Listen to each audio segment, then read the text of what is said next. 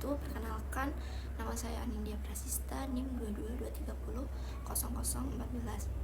Tugas ini saya buat untuk memenuhi nilai tugas akhir pada mata kuliah komputer dan masyarakat. Jalur tugas akhir yang saya pilih adalah non-reguler, yaitu teknologi tepat guna, yang berjudul Sistem Informasi Lampu, yaitu layanan antrian mudah dan praktis untuk umum berbasis website pada Dinas Perdagangan, Koperasi, dan UKM Kota Pekalongan. Hal yang melatar belakangi, yang pertama, sistem antrian masih digunakan secara manual, pencatatan data pengunjung kurang terorganisir, sehingga kondisi tersebut menghambat efisiensi dan kualitas pelayanan. Ide pembentukan diusulkan oleh Kepala Bidang Subrenval Keuangan yang kemudian disepakati bersama Kepala Bidang Umum dan Kepegawaian, sehingga terancang dan kini telah terimplementasi website Silampu tersebut dengan tujuan memudahkan pengambilan nomor antrian, pencatatan data, hingga pembentukan laporan. Proses implementasi yang dilakukan yang pertama yaitu persiapan implementasi, analisis persiapan. Analisis kesiapan yang pertama ada perangkat pengguna atau komputer laptop yang digunakan. Hasil pengguna menunjukkan bahwa si lampu ini dapat dijalankan dengan baik menggunakan laptop dinas yang sudah tersedia. Sistem dapat diakses melalui browser tanpa kendala dan tidak memerlukan spesifikasi perangkat yang tinggi. Yang kedua, ada jaringan internet. Berdasarkan hasil pengoperasian, sistem dapat diakses melalui jaringan internet kantor dengan lancar. Penggunaan domainnya juga menggunakan HTTPS sehingga akses sistem menjadi lebih aman.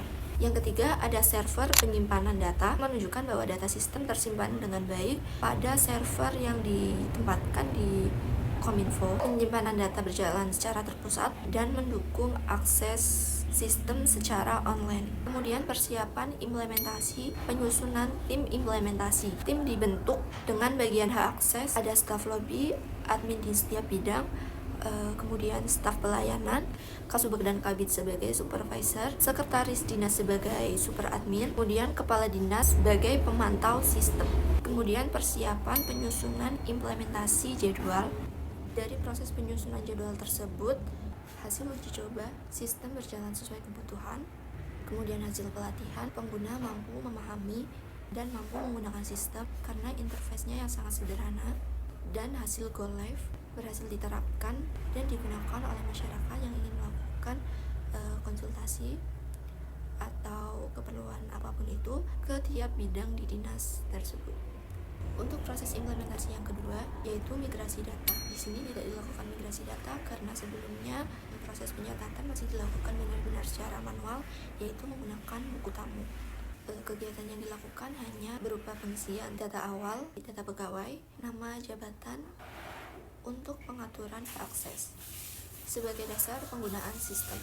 Untuk proses implementasi yang ketiga yaitu pelatihan pengguna. Pelatihan dilaksanakan di subbidang renval keuangan dan hasil menunjukkan bahwa sistem berjalan dengan baik serta siap diterapkan di bidang lainnya.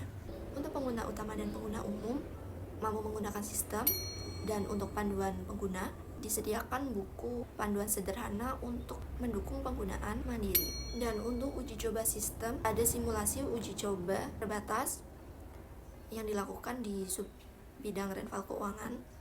Kemudian uji penerimaan pengguna atau UAT yang dilakukan secara keseluruhan bahwa sistem berhasil diakses secara bersamaan dan tidak ada kendala error.